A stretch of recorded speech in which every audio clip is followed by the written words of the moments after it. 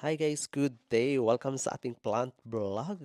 For today's video mga so may plant na naman tayong magiging biktima ng kakatihan ng ating kamay. So itong plant na to guys is balak ko sanang gawing mother plant. So gagawin ko siyang mother plant para pang cross dito sa garden. Kaso nga lang, hindi siya nagre-release ng inflorescence or bulaklak guys. So wala akong choice. Kailangan ko siyang i-cut at ilipat dun sa kabilang garden. So doon muna siya sa far, far away. So itong philodendron na ito guys is a philodendron Whippleway mottled mint. So napansin ko dun kasi sa kabilang garden namin guys na medyo mabilis mag flowering or mag-release ng inflow yung mga philodendron namin doon. So doon muna siya, baka doon na siya magiging Mother Earth. So again, our philodendron Whippleway mottled mint. So that's all for our quick plant vlog guys. Happy planting and bye! Sa hindi pa nakafollow ng aming page at Davao Jungle Garden everyone. See ya!